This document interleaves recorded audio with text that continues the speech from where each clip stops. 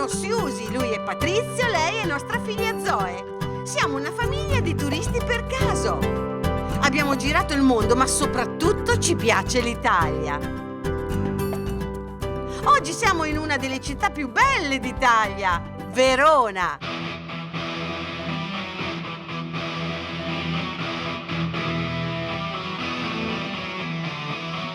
Ma com'è nata Verona? E perché proprio qua? Guarda Giuda questo belvedere, il fiume Adige fa un'ansa che protegge perfettamente questa zona. Come una madre. Ed è sempre stato un luogo importante anche prima dei Romani, che poi l'hanno progettata come è adesso. Ma non basta, il fiume è sempre stato un'autostrada.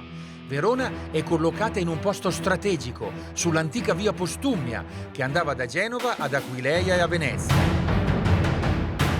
Verona quindi come sovrapposizione di tracce storiche. Sara, l'Italia è così, che tu arrivi in una piazza e trovi praticamente le tracce di tutta la storia della città. Qui siamo in Piazza delle Erbe e qui c'è Verona. C'è tutta Verona, quasi dalle origini in avanti. Allora, le origini sono che stiamo calpestando l'ex foro romano. Proprio giusto? così.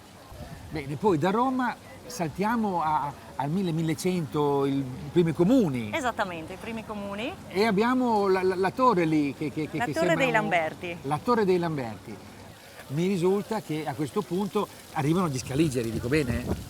Benissimo. Ecco, qui di Scaligero cosa c'è? Qui di Scaligero c'è quella torre, Sì. la torre del Gardello. Però anche questa fontana qua è scaligera. Questa fontana qua è in parte scaligera e in parte romana, cioè la statua e la coppa della fontana provenivano dalle terme romane, Sì. però sono state assemblate da Cansignore della Scala. È Madonna Verona, quindi rappresenta la nostra città. Madonna Verona, che non è una parolaccia, è Verona, non so se hanno l'idea. E si arriva oggi, il monumento odierno sono le bancarelle e sono la vita di questa città. Certo, tra l'altro queste bancarelle adesso sono un po' turistiche, diciamo così. Questa però è sempre stata la piazza del mercato.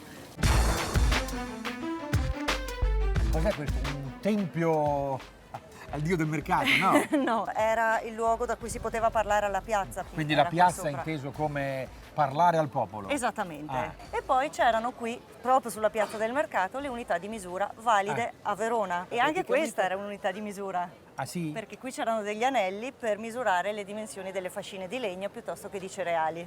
Ok, e dopo il turista sadomasochista ha pensato subito all'agonia e altre cose di tortura. Non era così. Esattamente, no. Cioè, questo era il centro del mercato. Esattamente, proprio con il le centro del regole. mercato.